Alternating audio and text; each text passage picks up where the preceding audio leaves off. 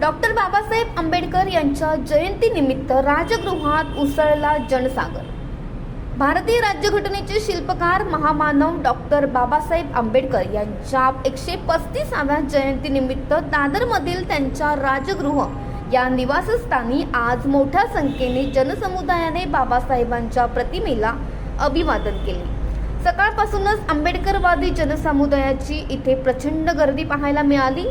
त्याचप्रमाणे यावेळी डॉक्टर बाबासाहेब आंबेडकर यांचे पणतू सुजात प्रकाश आंबेडकर यांनी आंबेडकरवादी जनसमुदायाला जयंतीनिमित्त शुभेच्छा दिल्या।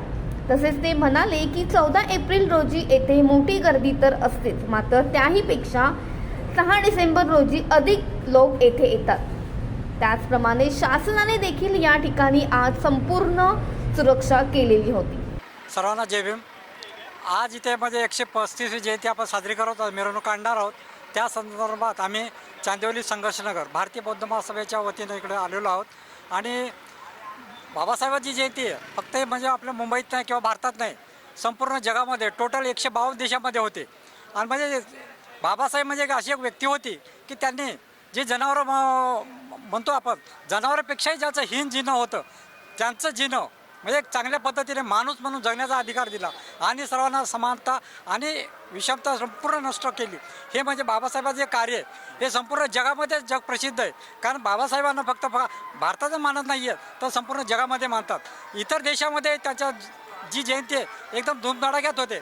आता आपल्या देशामध्ये 150 वर्ष इंग्रजांनी राज्य केलं, तरी पण जी बाबासाहेब तिथं लंडनला शिकले, जे London of school of economics आहे तिथे डॉक्टर बाबासाहेबांचा पुतळा त्यांनी तिथे गेटवर लावलेला आहे। कारण याचं एकच आहे। तसं दुसरं एक ग्रेइन जिथं बॅरिस्टर झाले तिथेही बाबासाहेबांचा पुतळा तिथे पहिला म्हणजे गेटवरच आहे। याचं कारण एकच आहे की त्यांनी म्हणजे इंग्रज एवढे चाणाक्ष बुद्धीचे होते की ज्यांनी 150 वर्ष आपल्या भारतावर राज्य केलं आणि 100 वर्ष पुढंचा त्यांचा ॲडव्हान्स म्हणजे विचार होता, तरी पण ते ॲडमिनिस्ट्रेशन त्यांचं एवढं चांगलं होतं तरी पण त्यांनी डॉक्टर बाबासाहेबांना एक म्हणजे विश्वगुरू त्यांनी समजून त्यांचं जे कॉलेज आहे ग्रेइन बॅरिस्टर होता तिथं ते, आणि दुसरं म्हणजे ते लंडन स्कूल ऑफ इकॉनॉमिक्स तिथेसुद्धा त्यांनी म्हणजे पुतळा बसवला। म्हणजे त्यांनी म्हणजे बाबासाहेबांची किंमत आहे त्यांनी ओळखली। पण भारतामध्ये जी मनुस्मृतीवाले आहेत त्यांना आताही कळत नाही आहे। त्यांना म्हणजे भारत हा देश हा जाती म्हणजे प्रधान म्हणजे विषमतावादी आहे तो, आणि जो अगोदर होता त्याचप्रमाणे न्यायाचा आता BJP सरकार करत आहे। तरी मी आता सर्वांना विनंती करतो की BJP सरकारला लांब कुठेतरी म्हणजे ढकलून द्या किंवा त्यांना पुढे येऊ देऊ नका। बस एवढं बोलून मी भारतीय बौद्ध महासभा शाखा 3 संघर्षनगर यांच्या वतीने तसेच आमच्या ढगे कुटुंबाच्या वतीने मी सर्वांना 135व्या जयंतीनिमित्त खूप खूप शुभेच्छा, मंगलमय शुभेच्छा देतो। जय भीम। सर्वांना जय भीम करते। आम्ही घाटकोपर संघर्षनगर साकीनाका ह्या ठिकाणून आलेलो आहोत। आज डॉक्टर बाबासाहेबांची 135वी जयंती जगभरामध्ये म्हणजे देशभरामध्ये खूप मोठ्या याने साजरी करण्यात येते। त्यामागे त्यांचा त्याग, परिश्रम आणि आज आपण जे जीवन जगत आहोत त्याचं एक उदात्त उदाहरण आहे आज। आणि त्यांना आम्ही नमन करण्यासाठी इथं आज राजगृहाला आलेलो आहोत। आणि आम्ही भारतीय बौद्ध महासभा या संस्थेमध्ये आम्ही काम करतो, धार्मिक काम करतो। आणि भारतीय बौद्ध महासभेच्या वतीने यावेळेस असं सांगण्यात आलेलं आहे की जी काही जयंती आहे बाबासाहेबांची ती आज आपण राजगृह येथे साजरी करणार आहोत। तर आम्ही शाखेतून आम्ही शाखा क्रमांक 3 संघर्षनगर चांदिवली या ठिकाणाहून आमच्या शाखेचे अध्यक्ष आदरणीय प्रकाशभाऊ खरात आहेत, या उपाध्यक्ष आहेत प्रयागताई मोरे, या कोषाध्यक्ष आहेत पंचफुलाताई सोनवणे, हे आमचे संघटक आहेत उत्तम ढगे, हे एक संघटक आहेत, आणि हे बहुजन लढाऊ संघटनेचे आमचे कार्यकर्ते आहेत। आम्ही सर्व इथं आलेलो आहोत आणि अजून शाखेचे जे लोक आहेत त्या इथं येणार आहेत। अजून मिरवणुकीला सुरुवात झाली नाही आहे, पण इथं येल्यानंतर जो काही जल्लोष, जो काही उत्साह आहे आमच्यामध्ये खूप भारी वाटतं की आपण अशा जातीमध्ये जन्माला आलो आहोत की तिथं आपल्याला पाणीसुद्धा संघर्षाने भेटलेलं आहे, पाण्याला सुद्धा संघर्ष करावा लागला आहे आणि या संघर्षामधून आपलं जीवन घडलेलं आहे। नक्कीच सर्वांच्या जीवनामध्ये संघर्ष आहे, पण आज आपण बाबासाहेबांची जयंती आपण साजरी करण्यासाठी इथं आलेलो आहोत।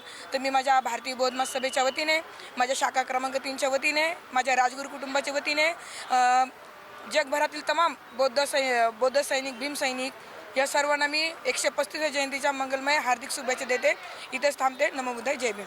काय नाही, बाबासाहेब आंबेडकरांच्या जयंतीनिमित्त सर्व भारतीयांना शुभेच्छा. आणि 135 नाही, 1135 जयंतीपर्यंत सगळ्यांना शुभेच्छा. कारण हे बाबासाहेब हे सूर्य आहेत, ते कधी न मावळणारे सूर्य आहेत. त्यामुळे हे अति उत्साहाने साजरी करतात आणि होत राहील सुद्धा. त्यामुळे जयंतीच्या शुभेच्छा एवढंच सांगेल. आज इथे राजगृहामध्ये लाखोंच्या संख्येने जनसमुदाय येत आहेत इथे भेटीसाठी, तर त्याबद्दल तुम्ही जी सकाळपासून उपस्थित आहात जी. तर त्याबद्दल ही एक मोठी क्रांती आहे की ह्या काळात ही लोक एवढी इथपर्यंत येत आहेत राजघराला भेट देण्यासाठी. कारण राजगृह हे कधी न संपणारं घर जागा आहे. बाबासाहेब प्रेरणा नाही तर सगळ्या जगाची प्रेरणा ही. कारण बाबासाहेब स्वतः स्वप्नातलं घर बनवलं आहे आणि ते घर बघावं त्यांनी कसं बांधलं आहे. त्यामुळे लोक खूप प्राणी येतात आणि ॲज इट इज जसं तसं ठेवलेल्या वस्तू ते बघून माणसाला खूप बरं वाटतं. त्याला स्पर्श केल्यानंतर बाबासाहेब दिसल्यासारखं वाटतात लोकांना. ती लादी तशीच आहे, सगळी वस्तू तसं आहे. ते पाहून माणसांना जरा बरं वाटतं आणि ते फील आम्हाला पाहून पण बरं वाटतं की चला लोकांना काहीतरी अभिप्राय असलेलं बघायला मिळत आहे.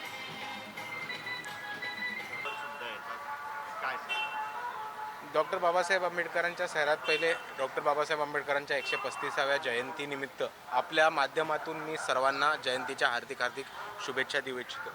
आणि आपल्या सर्वांना माहिती असेल की राजगृह असेल किंवा चैत्यभूमी असेल, इथे मोठ्या प्रमाणामध्ये भीमानुयायी खूप मोठ्या संख्येने येतात. पण मी एक फरक नक्कीच करेन की जयंतीला ज्या प्रमाणात लोक येतात त्याच्याहून खूप मोठ्या संख्येने लोक 6 डिसेंबरला येतात.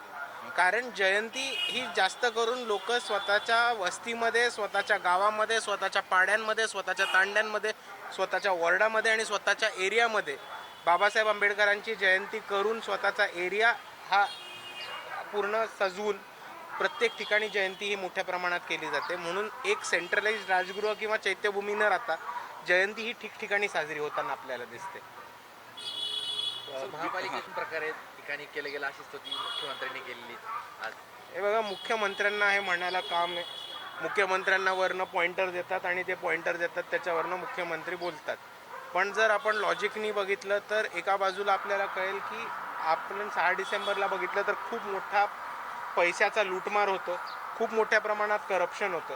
जितके पोर्टेबल टॉयलेट्स दाखवले जातात तितके पोर्टेबल टॉयलेट्स उपलब्ध केले जात नाहीत, पाण्याची व्यवस्था केली जात नाही, औषधांची व्यवस्था केली जात नाही. ही व्यवस्था सरकारने करणं कामाचं आहे, पण त्याच्याहून महत्त्वाचं ही व्यवस्था चैत्यभूमीवरती काम करणाऱ्या आणि आंबेडकर भवनवर राजगृहावरती काम करणाऱ्या समता सैनिक दल आणि व्हॉलेंटियर्स ही लोक हे काम करताना दिसतात. तर मोठ्या प्रमाणावरनं सरकारकडनं गैरसुविधा होतात. मोठ्या प्रमाणावरती 6 डिसेंबर आणि 14 एप्रिलचं जे महानगरपालिकेचं बजेट असतं त्याच्यामध्ये खूप मोठ्या प्रमाणाचा भ्रष्टाचार खाऊन अधिकाऱ्यांकडनं आणि नेत्यांकडनं पैसे खाण्याचा प्रकार होतो. मागच्याच 6 डिसेंबरला वंचित बहुजन आघाडीचे स्वप्नील जवाळगेकर म्हणून आहेत मुंबईचे, त्यांनी ते सगळं प्रकरण उघडकीस आणलं होतं आणि या अधिकाऱ्यांना तोंडगाशी पाडण्याचं काम मागच्याच 6 डिसेंबरला केलं होतं. आणि ह्या 14 एप्रिलला पण पुढच्या 2 दिवसामध्ये आपल्याला भ्रष्टाचार कसा होतो याचा रिपोर्ट्स येताना दिसतीलच. तर जयंती निमित्त जे विरोध दर्शवलेला काय सांगाल त्या संदर्भात? माझं नुसतं एवढंच म्हणणं आहे की बाबासाहेबांचे जे जुने फोटो आहेत ते खूप आपल्याकडे अवेलेबल आहेत. वेगवेगळ्या रूपामध्ये, वेगवेगळ्या अवतारांमध्ये, वेगवेगळ्या फॉर्मॅटमध्ये, म्हणजे कुठेतरी बसलेले, कुठेतरी उभे असताना, भाषण करताना, लोकांशी संभाषण करताना. आणि त्या प्रत्येक फोटोमध्ये बाबासाहेब आंबेडकरांचा रुबाब जो आहे तो प्रत्येक फोटोमध्ये तसाच दिसून येतो. मग एवढे फोटो असताना आपल्याला AI वापराचा अट्टहास का, हा एक माझा पहिला प्रश्न येतो. दुसऱ्या ठिकाणी आपल्याला दिसतं की भाजपकडनं बाबासाहेबांचा विचार पुसण्याचा प्रकार चालू जातो आणि वेगळे विचार उभे करण्याचा प्रकार येतो. त्याच पद्धतीने समाजवादी, डावे, काँग्रेस हे बाबासाहेबांना त्यांच्या पद्धतीने मांडायचा प्रयत्न करतात आणि ओरिजिनल टेक्स्ट, बाबासाहेबांचे स्पीचेस, त्यांचे रायटिंग्स, व्हॉल्यूम्स ह्याच्यापासून लोकांचं जसं जसं ध्यान हटत जातं तसं आपल्याला प्रामुख्याने दिसेल की AI ही एक धोक्याची घंटा आहे. कारण त्यांनी बाबासाहेब आंबेडकरांचे विचार पातळ करणं आणि ते पुसणं सोपं जाणार आहे, म्हणून आम्ही AI ला धोक्याची घंटा मानतो. चळवळीतले जे कलाकार आहेत हो, कारण आपण चळवळीचे कलाकार बघितले तर जलसाकार, गायक, तसेच आपण चित्रकार किंवा कार्टुनिस्ट जर आपण बघितले तर 14 एप्रिलला जयंतीचे कार्यक्रम घेऊन किंवा वेगवेगळे आर्टवर्क करून हे त्यांचा पैसे कमवण्याचं साधन होतं आणि पैसे कमवण्याच्या साधनाच्या पुढे ही त्यांची कला होती. पण जर तुम्ही AI वापरून त्यांची कला मारत असाल आणि त्यांच्या पोटावर पाय ठेवत असाल तर तो आंबेडकरवादी कलाकारांसाठी पण एक मोठा धोका आहे. सध्या युद्ध ते पुढे युद्ध कसं प्रोग्रेस होईल त्याच्यावरतीच डिपेंड होईल. पण मला लॉकडाऊन लागण्याची शक्यता ह्याच्यामुळे दिसते कारण आज भाजप आणि नरेंद्र मोदी कोणत्याही प्रकारे ह्या संकटाला समोरं जायलाच तयार नाही आहेत, ते सक्षम नाही आहेत आणि त्यांच्या असक्षमपणामुळे किंमत ही भारताच्या टंचाई ही नागरिकांना खूप मोठ्या प्रमाणामध्ये त्रासदायक ठरते. लोकांचा रोजचा जेवणाचा प्रश्न, जीवन मरणाचा प्रश्न, घर चालवण्याचा प्रश्न ह्याच्यामुळे खूप मोठ्या प्रमाणात उपस्थित झाला आहे आणि ह्याच परिस्थितीमध्ये जर लवकरात लवकर तोडगा नाही काढला तर भारतामध्ये खूप मोठा उद्रेक हा भाजप आणि नरेंद्र मोदींच्या विरुद्ध दिसेल हे आपल्याला दिसतं. आणि दुसऱ्या बाजूला एक आपण सर्वांनी गोष्ट समजून घेतली पाहिजे होती की नरेंद्र मोदींचं नाव एप्स्टीन फाईलमध्ये होतं म्हणून ते नेथन्याहूला भेटायला इस्रायलला गेले आणि नेथन्याहूसाठी त्यांनी बीचवरती डान्स केला असं त्या एप्स्टीन फाईल्समध्ये नमूद केलेलं आहे. आता जर नरेंद्र मोदींनी मुजरा करायला नेथन्याहूच्या समोर गेलेच नसते आणि इस्रायल आणि अमेरिकेच्या बाजूने उभे राहिले नसते तर इराणला आपली एकही गोष्टी पाडवायचं काहीच काम नव्हतं. आपण जर भारताची फॉरेन पॉलिसी बघितली तर इराण आणि पॅलेस्टाईनच्या बाजूने भारत नेहमी उभा राहिला आहे. अटल बिहारी वाजपेयी भाजपचे प्रधानमंत्री हे पॅलेस्टीनला जाऊन आलेले आहेत, हे आपण इतिहासामध्ये का विसरतोय?